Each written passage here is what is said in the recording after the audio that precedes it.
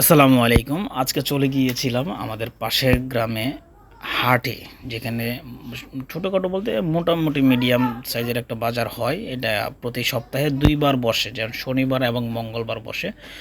তো আমি হাটে চলে গিয়েছিলাম। অলরেডি হাটে প্রবেশ করার মুখের পাশে একটা মাঠ আছে, খেলা স্কুল পাশের মাঠে, সেখানে খেলা হচ্ছে। দেখলাম যে অনেকেই খেলা দেখতেছে। তো আমি বাজারে ঢুকে গিয়েছি, দেখলাম প্রথমে মুরগি। সেখানে মুরগির দেখলাম যে মুরগির দাম জিজ্ঞেস করলাম, আকাশ পাতাল ব্যবধান, 350 টাকা 400 টাকা চাইলো একটা মুরগির বাচ্চার দাম।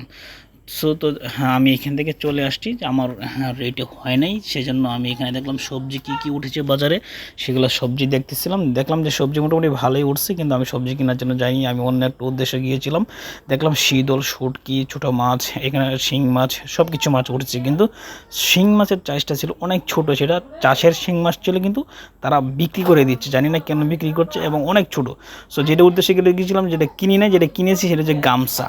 আমি একটা গামছা কিনেছি, আমার এর দরকার ছিল না, পছন্দ হয়েছে তাই কিনে দিলাম। এখানে গাছ দেখলাম অনেক সুন্দর সুন্দর ভালো গাছ উঠছে, কিন্তু গাছও কিনি নাই, আমি কোনো কিছু কিনে শুধু গামছা কিনে নিয়ে চলে আসছি। এবং আবার এটা হচ্ছে আমার হাই স্কুলের স্কুল, সেখানে পড়াশোনা করছি আজকে।